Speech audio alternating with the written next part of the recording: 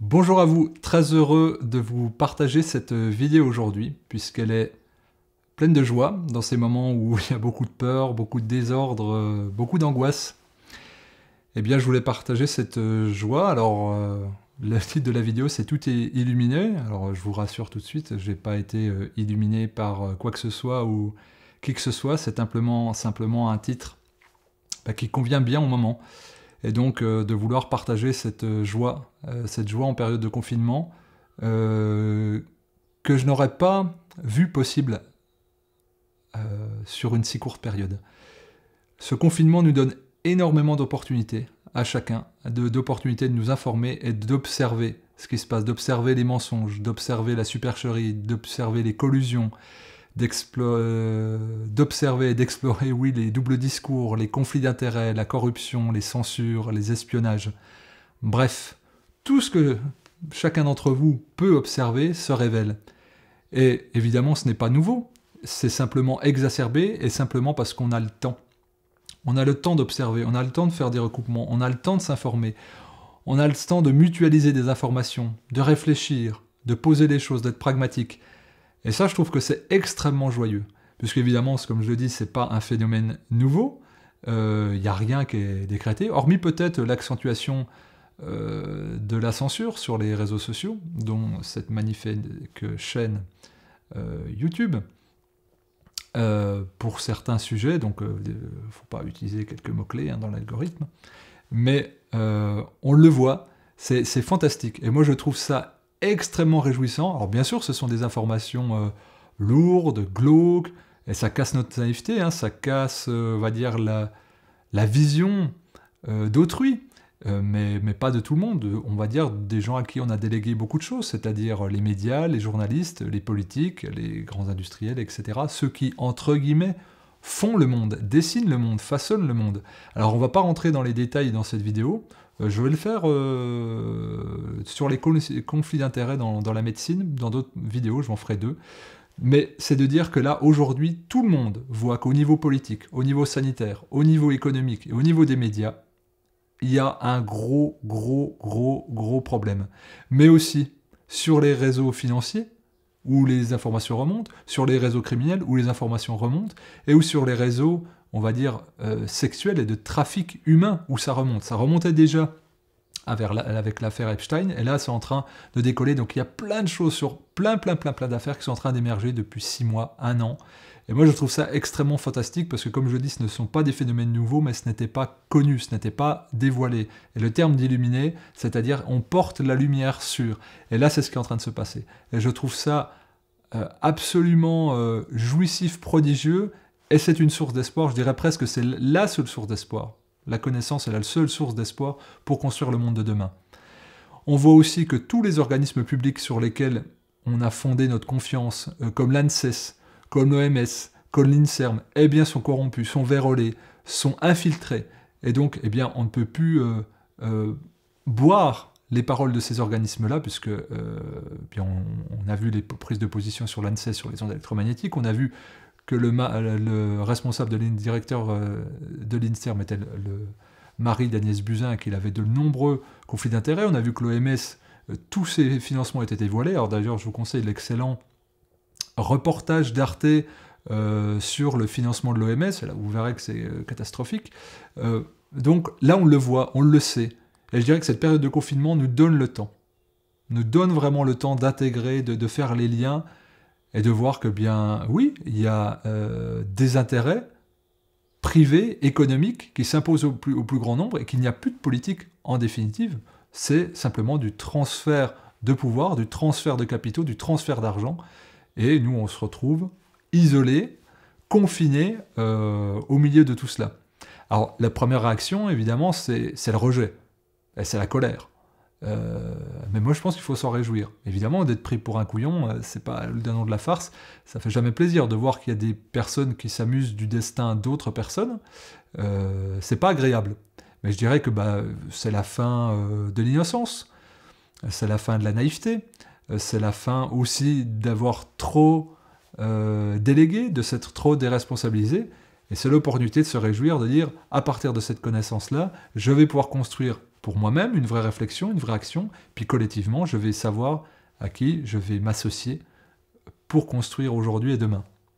Or, sans ce confinement et sans les réseaux sociaux, on ne saurait rien. Faut être clair, hein, vous voyez bien qu'il y a deux canaux d'information. Il y a ce qui se passe sur les réseaux sociaux, ce qui se passe sur les masses médias, et ça se recoupe très rarement. Donc, grâce aux outils, je dirais, de surveillance, eh bien, on arrive à accéder à de l'information. Alors, c'est de plus en plus difficile, puisque, eh bien, par exemple, la directrice de YouTube a ouvertement fait une vidéo, peut-être que je la mettrai en lien si j'y pense, sur le fait que toute information contraire aux recommandations de l'OMS serait, enfin, des vidéos qui contiennent des informations contraires, donc ça peut être de la chloroquine, ça peut être l'artémisia, peu importe. N'importe quelle approche alternative pourrait être supprimée purement et simplement, sans concertation. Voilà, donc ça c'est un message officiel de YouTube. Facebook voit les articles validés par ce qui est appelé les relecteurs du monde. Alors c'est déjà la terminologie est sympathique, relecteur du monde, hein, donc c'est du journal Le Monde. Et puis du coup, ça va être classé soit valide, soit fake news. Il y a des posts supprimés, il y a des posts qui sont un peu engloutis, donc ça commence un petit peu à réagir. Alors je rappelle, hein, pour ceux qui ne le savent pas, que Xavier Niel est un très proche du pouvoir et qu'il est aussi le PDG de Free. Donc évidemment, il y a des données en jeu, il y a des intérêts communs, et je rappelle aussi que le journal Le Monde est financé largement par l'argent public. Donc, mais comme la plupart des journaux, je vais parler des médias, je vais faire une vidéo spéciale sur les médias, mais tout ça pour dire que il y a deux canaux d'information, il y en a un qui commence à être bridé, mais je dirais trop tard. Trop tard. La mèche a été allumée, et que les citoyens que nous sommes, qui souhaitons être informés, alors pas tous, hein, tout le monde ne souhaite pas être informé, mais ceux qui souhaitent informer ont trouvé des moyens. On trouvé des réseaux sociaux, on trouvé des chaînes de mails, des forums, sur WhatsApp, peu importe, et l'information circule. Mais c'est grâce au confinement et aux réseaux sociaux. Il faut bien en être conscient. Donc c'est un énorme atout. C'est pour ça que je dis qu'il faut être très joyeux de ça. Bien sûr qu'il y a des contreparties et qu'il y a un prix à payer pour tout cela. Mais on peut pousser un grand ouf de soulagement.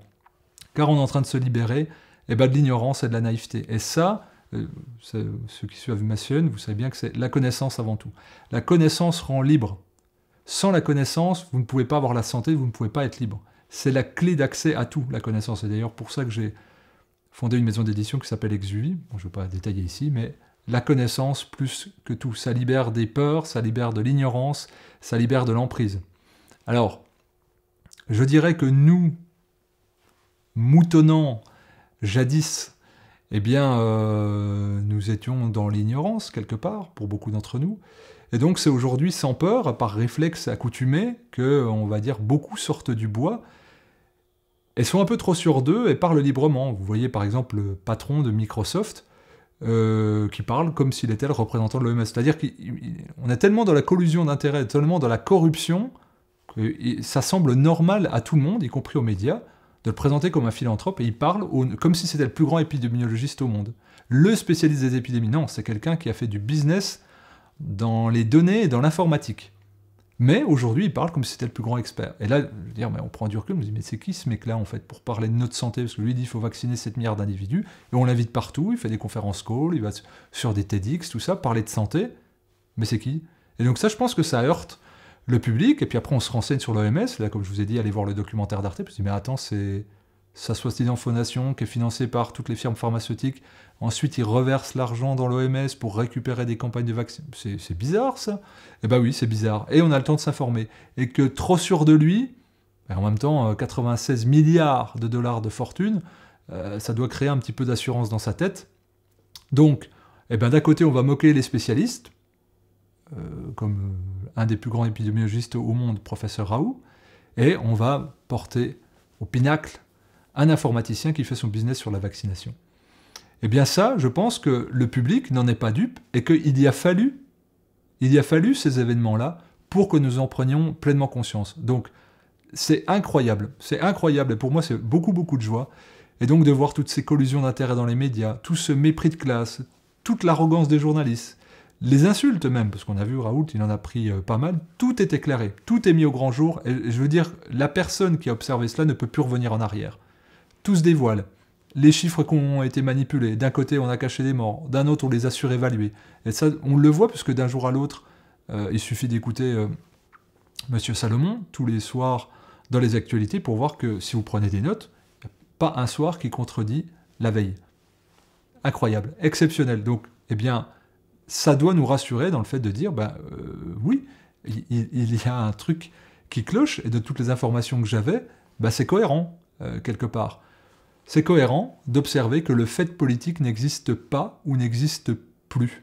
C'est l'économie qui supplante tout, et la politique a disparu depuis longtemps, donc c'est cette part de naïveté qui part en disant « Ah oui, d'accord, ce sont des hommes d'affaires, puisque nous dans une société ultralibérale, ce sont des hommes d'affaires qui ont des intérêts eux-mêmes ou qui travaillent pour d'autres intérêts, qui sont à l'intérieur des réseaux tentaculaires, Big Pharma. Alors là, la responsable France Covid-19, eh bien, elle travaille pour le laboratoire Gilead. On le sait, Agnès Buzyn a été rémunérée par les laboratoires pendant 14 ans. On le sait. On le sait que la personne qui prend les décisions sur le sommet de l'État était banquier d'affaires chez Rothschild. On le sait.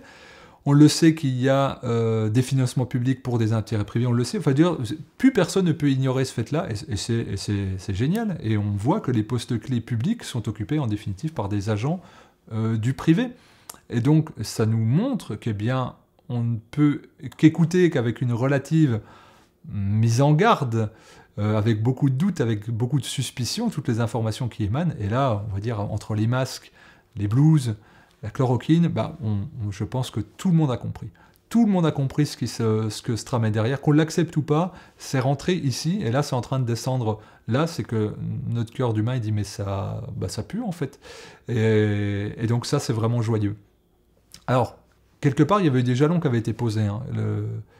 Il y a 2 ans, je crois, quand le ministre de l'écologie de l'époque, Nicolas Hulot, avait quitté le gouvernement en disant qu'il quittait le gouvernement parce qu'il y avait des lobbies, qu'il ne pouvait pas travailler en tant que ministre et qu'aucune loi n'était possible sans l'aval des lobbies. Alors ça n'a pas fait grand remous dans les médias, tu m'étonnes, mais ça a un acte assez fort quand même qu'un ministre dise ça. Alors nous ne l'avons pas écouté, ce monsieur Hulot, peut-être qu'on aurait dû demander des comptes, mais chacun peut aujourd'hui confirmer, et c'est très bien. Donc, je me souviens de cette interview de France Inter, vous pouvez la retrouver, Nicolas Hulot dit « J'espère que ça va créer quelque chose, j'espère que les gens vont s'informer, j'espère que les journalistes, j'espère que les politiques, il n'y a rien eu, et bien là c'est en train de passer, donc de se passer ce qu'il voulait. Donc il a fallu du temps, il a fallu des petites ondes avant que ça survienne cette grande onde, mais ça arrive, ça explose. Voilà, ça explose aussi le fait que même l'Union européenne avait épinglé la France dès 2018 sur la trop grande proximité des lobbies dans les textes de loi et dans le gouvernement. Eh bien, nous le constatons aujourd'hui, et c'est super. Eh bien, il nous a fallu 2 ans, c'est génial. Donc la finance, l'économie, la politique ne sont pas ce qu'on croyait. Eh bien, débarrassons-nous de ces envies, les envies de croire à cela, pour revenir vers on va dire, une réalité plus juste et plus conforme à ce qui se passe.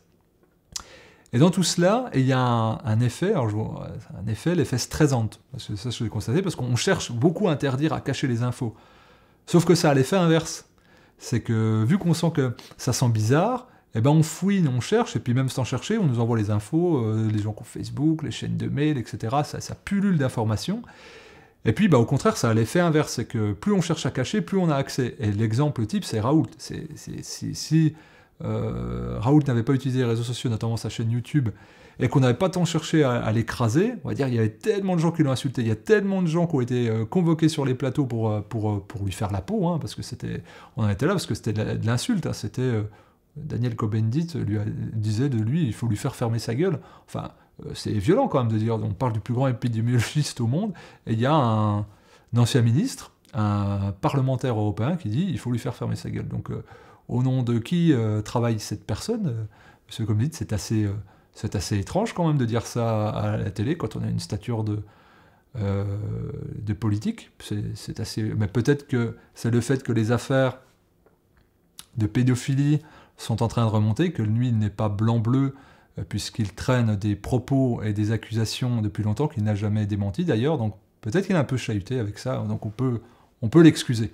Donc cet effet Streisand, petite parenthèse, on a le droit de faire un petit peu d'ironie. Vu les circonstances, je pense qu'on a le droit un petit peu de se faire plaisir. Donc Daniel, bisous.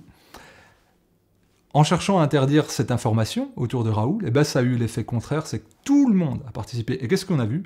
Eh ben, ça a vu qu'il a été attendu et que ça a eu un effet inverse. Il a créé un compte Twitter et en 2 jours, il a eu 100 000 abonnés. Donc c'est-à-dire qu'on a un accès direct à l'information. Il n'y a plus le filtre des médias. C'est que là, maintenant, chacun de nous s'informe directement. Et ça, c'est génial. C'est on s'approprie la recherche d'informations. Alors bien sûr, il y a des fake news. Bien sûr, il y a des théories toutes vaseuses. C'est à nous de trouver les bons canaux et puis de jouer avec discernement, de recouper. On a le temps, on est en confinement, puis je dirais, c'est notre vie, c'est notre existence qui en découle. Donc c'est à nous un peu de faire ça. C'est triste, on devrait le faire pour nous. Ça s'appelle les médias, qui sont d'ailleurs subventionnés par l'argent public, donc notre argent aussi. Mais c'est pas grave. Le but, je pense que tout le monde a compris, c'est de s'auto-responsabiliser. Alors le conditionnement qui existe depuis des années est en train de se terminer, parce qu'il n'y a plus rien à sauver. Pas même un discours. Donc, ce confinement offre le temps que le travail, les transports, les distractions n'offraient pas. On peut donc s'informer et être moins ignorant parce qu'on a plus de temps et puisqu'il y en a plus besoin que jamais. Alors, les réseaux sociaux, qui sont des outils de surveillance, comme je disais, et de collecte de données, deviennent les seuls lieux de démocratie, puisque c'est plus possible dans la rue, évidemment, ni même dans les médias classiques. On reprend, quelque part, un contrôle de notre information. C'est ce que je disais, c'est pour ça que la censure arrive en galopant, évidemment, comme un effet à retardement. Mais du coup, on se sent plus proche des Chinois, par ça, parce qu'on les critiquait, surveillance, noyautage, hypersurveillance, finalement, on est tous un peu en train de devenir chinois, parce que le référent avant, c'était de l'autre côté de l'Atlantique, et maintenant, ça va être plutôt du côté de l'Est, en Asie.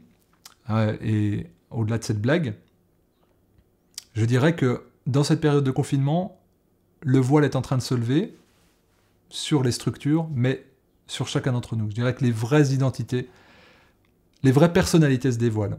Vous devez le voir, même dans votre famille, vous devez le voir dans vos amis, vous devez le voir sur les réseaux, vous devez être surpris de voir certaines choses. Je ne pensais pas qu'il était comme ça, je ne pouvais pas que dire ça, je pouvais pas...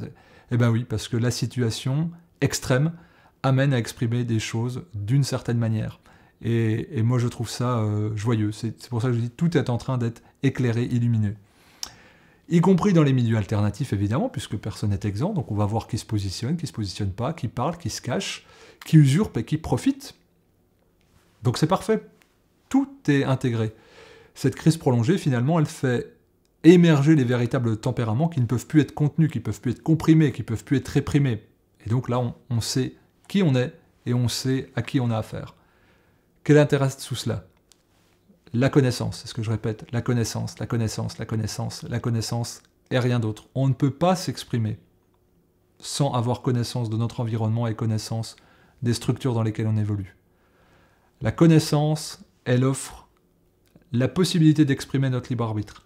La connaissance, elle nous offre la possibilité d'exprimer ce qu'on a dans notre conscience, comment on vit avec. De mon point de vue, l'homme est ici-bas, pas de croyance particulière quand je dis ça, pour exercer un libre arbitre. Et ne pas trahir sa morale. Je pense qu'il y a une morale qui transcende toutes les religions, toutes les cultures, tous les dogmes, toutes les philosophies. Je pense qu'on le ressent tous. On peut légiférer, une religion peut dire ça c'est autorisé, ça c'est interdit, un texte de loi peut dire ça c'est autorisé, ça c'est interdit, une culture peut admettre et peut rejeter quelque chose, mais au fond de chaque homme, il y a une part où on se dit ça c'est juste, et ça ce n'est pas juste. Et là je pense qu'on est tous en train d'être convoqués sur cette part-là de notre conscience, de notre morale, et je dirais presque de notre quête spirituelle, qu'on est tous en train de traverser. Trahir sa morale, ou vivre selon sa conscience, au-delà des lois, au-delà des dogmes, et au-delà des peurs. Ceux qui ne voient des complots nulle part, les sceptiques, les désintéressés, on peut échapper à cela. Mais ça s'appelle la fuite. Mais des fuites, il y en a de partout. Je veux dire, les discours péremptoires qu'on pouvait dire, non, ça se passe pas comme ça c'est de l'idéologie, on peut plus les tenir, c'est plus possible. Ça a trop été impactant, il y a trop de fissures, ça suinte de tous les côtés. Eh bien, ça, c'est vraiment une joie. Et cet éclairage qui est mis nous permet, nous, de nous éclairer aussi, et de nous définir en tant qu'humains, comme les médecins, qui sont plutôt dociles, le doigt sur la couture, à appliquer. Eh bien là, on les voit monter des collectifs, on les voit porter plainte, on les voit prendre la parole sur les réseaux sociaux, faire des lives Facebook à la sortie des urgences. Eh ben, est-ce que vous avez déjà vu des médecins faire ça? C'était très consensuel. Alors ça commençait un peu à gronder, hein, quand il y a quand même 1000 administrateurs de l'hôpital qui ont démissionné en janvier, donc ça commençait à se positionner. Mais là, on a passé un cap en 3 mois qui est incroyable. Donc si même des médecins qui sont très conventionnels commencent à parler, je pense au professeur Perron, mais à bien d'autres, eh bien, ça doit nous inviter, nous, à nous dire qu'il y a un truc qui cloche. Il n'y a pas une information qui n'est pas contredite du jour au lendemain, dans les actes ou dans les paroles. Il suffit juste d'observer le spectacle. Les vérités, elles sont en train de s'instiller partout dans le monde, dans la moindre brèche. C'est comme l'eau, hein, on ne peut pas l'arrêter, ça ruisselle partout. Alors celui qui a bu un peu de vérité, en ce moment, il ne pourra plus goûter le poison demain. Pour moi, c'est irréversible. On est allé trop loin dans le mensonge, on est allé trop loin dans la duperie, on est allé trop loin dans la tromperie, pour qu'on puisse faire machine arrière, pour celui qui a voulu voir cet éclairage. Cet confinement, pour moi, il est incroyable, car il permet aujourd'hui à des millions d'individus à travers le monde eh bien, d'observer tout ça, de prendre conscience, eh ben, de s'extraire de la manipulation et de s'autonomiser. Pas pour générer de la peur, parce que les informations peuvent être lourdes, pas pour générer de la colère, parce qu'on se sent trahi, moqué, usurpé, violenté, violé, mais faire une petite soupasse et accepter cela, parce que je pense, j'ai donné quelques allusions dans cette vidéo, mais je pense que le pire, le plus sordide n'est pas encore sorti.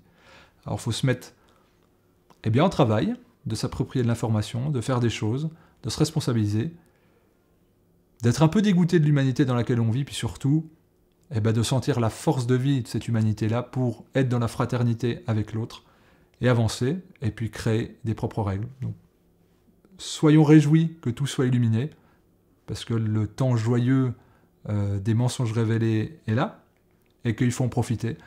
Il faut en profiter de cette liberté, il faut en profiter tout de suite maintenant, et ne pas être dans la distraction, je pense que le lapsus est là, ne pas être dans la distraction au moment de la fin du confinement, mais tout de suite occuper l'espace disponible pour créer collectivement et de manière fraternelle un meilleur ensemble de vie, pour qu'on puisse rayonner de notre joie, qui est, je pense, le propre de l'être humain.